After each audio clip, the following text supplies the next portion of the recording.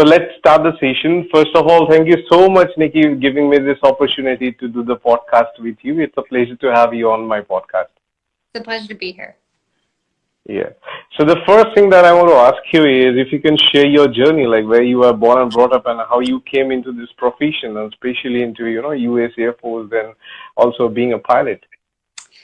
Yes, I was born in the United States in South Carolina on a small farm. And my grandmother really loved airplanes. And she would spend all day showing me airplanes that were flying over the house. And so that kind of started my interest in aviation. And then my stepfather, he was in the Air Force. He was a mechanic on airplanes. Yeah. So I grew up around military service and around the base, watching airplanes fly and hearing about how he worked on them. So that kind of pushed me into wanting to become a pilot, and specifically a military pilot. So I ended up going to college for something completely different. I was going to be a nutritionist, and then ended up taking a flight lesson and fell in love with it, and changed my whole career. Ended up getting a master's in business and my flight ratings, and started flying and got hired at an airline, and then got picked up by the Air Force Reserve. And then now I'm working on my doctorate in business administration and international business. So, yeah. Oh, that's a lot of stuff you are actually doing at the end of the day. Yes. Yeah.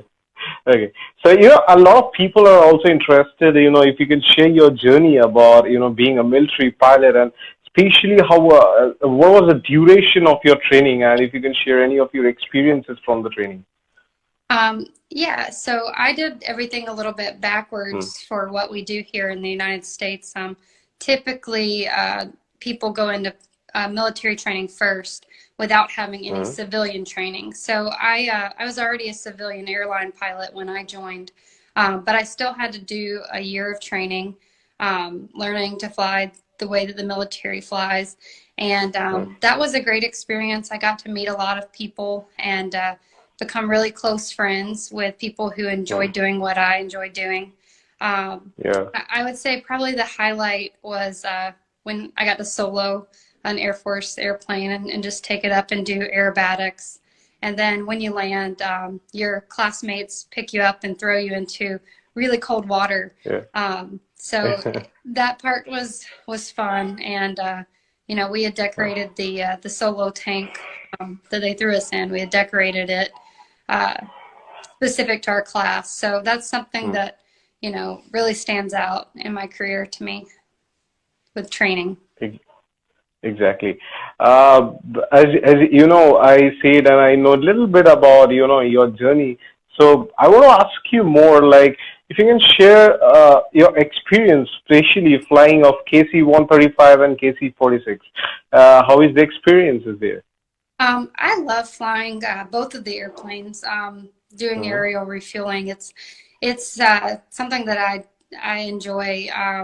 It takes a certain skill set of being, steady with the aircraft, because you know that there's another airplane in close proximity getting fuel. So you have to be really precise and really steady, and I enjoy that. With the KC135, I love that airplane. It was an older airplane, so there was a lot of history there that I felt like I was flying a museum. And then now with the KC46 and it being new, it's like flying a computer, but it's also a cool airplane, so I enjoy it. So you personally did this refueling thing mid-air. So how is that particularly? And when I was Googling, I was in Google. I was learned few things about boom operator, and I saw a video like two pilots were lying down while they're refueling. So how is that experience? Yeah, so I'm in the front, so I'm a pilot. So I'm flying the airplane either as the tanker, so other airplanes are behind me taking fuel, or I'm flying up behind another airplane getting fuel myself. For the boom operators, it's a different position. They're not pilots, but they fly the boom.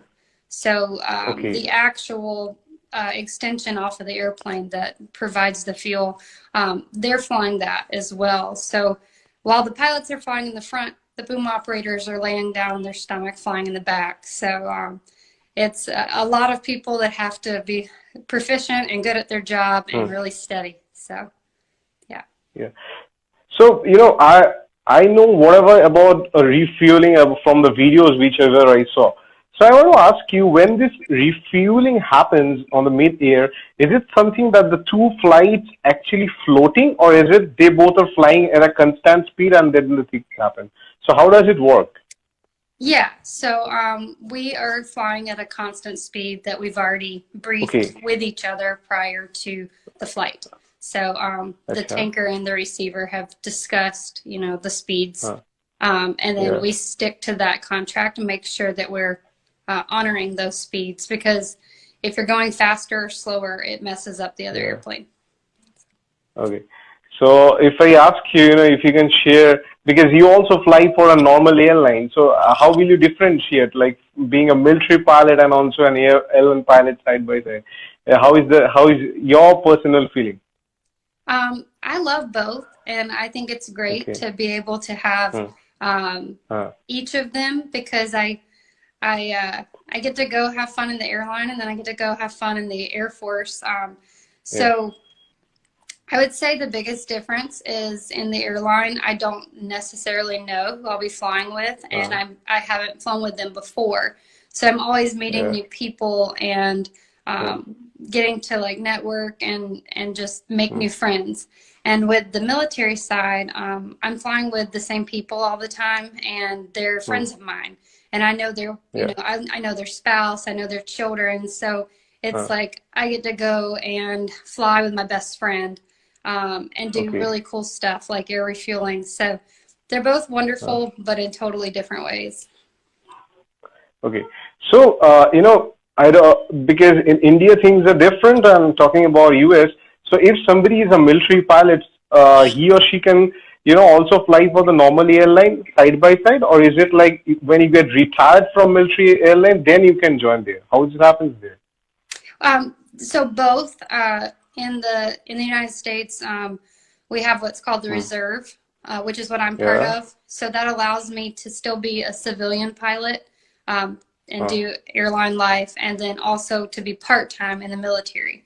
But there are other pilots who are full-time in the military, so they won't be able to go to the airlines until they retire. So we have, it's an interesting loophole, I guess, in the reserve. Okay.